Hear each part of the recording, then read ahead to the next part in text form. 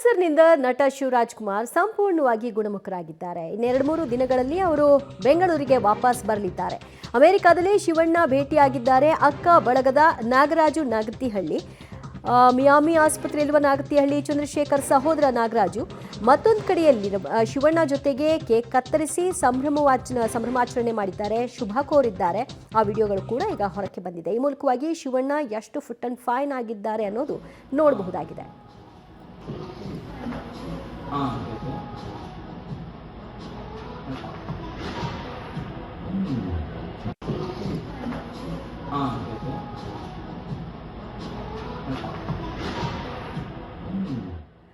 ನಟ ಶಿವರಾಜ್ ಕುಮಾರ್ ಅವರೇ ಹೇಳಿದ್ರು, ಜನವರಿ 26ನೇ ತಾರೀಕು ನಾನು ಬೆಂಗಳೂರಿಗೆ ವಾಪಸ್ ಬರ್ತೀನಿ.